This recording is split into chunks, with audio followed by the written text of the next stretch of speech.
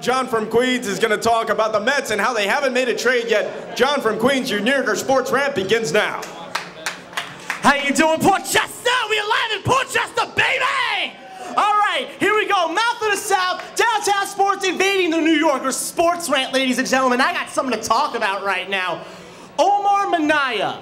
You know what? He is the reason why the Wilpons will not spend money, why they would rather invest in professional wrestling. At least you know you get a return. Because whenever Manaya's been allowed to spend money, let's go over it back from 2005. Pedro Martinez, we maybe got 2 years out of that contract. Ali Perez, $36 million over 3 years. Right, that was a great move. I love that move for a guy who can't even come into a game in a cleanup role properly. He can't come into a game where the Mets are 5 runs down and still pitch well. That doesn't work. Castillo's a joke.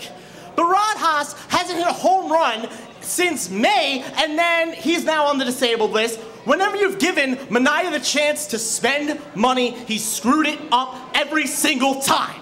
Except for Santana, I'll give him that one. Barajas, they signed him to a minor league deal, and he carried the team for 2 months. To be honest with you, as a Met fan, that's probably more than he could have ever hoped for. They were talking about Benji Molina and paying him $16 million. They got Rob Barajas for $900,000. That is a relative bargain in the grand scheme of things. I do agree with you on most of your points, but to be honest with you, and Anita brought it up earlier, Omar Minaya is working with his hand stuff. The Jason Bay signing clearly came from above. Omar would have spent that money on Joel Pinheiro, who we know he publicly loved. Orlando Hudson could have been a Met, but the fact of the matter is the Mets wanted to spend their money on one marquee guy that they would thought would sell tickets at Citi Field. It blew up in their face.